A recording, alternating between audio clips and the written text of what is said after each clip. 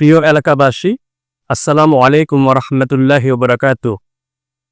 আগামীকাল রোজ শনিবার 12ই রবিউল আউয়াল পবিত্র ঈদে মিলাদুন্নবী সাল্লাল্লাহু আলাইহি ওয়াসাল্লাম উদযাপন উপলক্ষে ডাঙ্গাবাজার খাজামহল ও খাজামহল সংলগ্ন খাজা ভুবন মাঠে এক আলোচনা সভা ও মিলাদ মাহফিলের আয়োজন করা হয়েছে। উক্ত অনুষ্ঠানে প্রধান অতিথি হিসাবে উপস্থিত থাকার সম্মতি জ্ঞাপন করছেন জনাব ডক্টর আব্দুল মঈন খান, সাবেক মন্ত্রী ও স্থায়ী কমিটির সদস্য, বাংলাদেশ জাতীয়তাবাদী দল বিএনপি। উক্ত অনুষ্ঠানে আপনাদের সকলের উপস্থিতি ও সহযোগিতা একান্তভাবে কামনা করছি। আসসালামু আলাইকুম ওয়া রাহমাতুল্লাহি ওয়া বারাকাতুহু।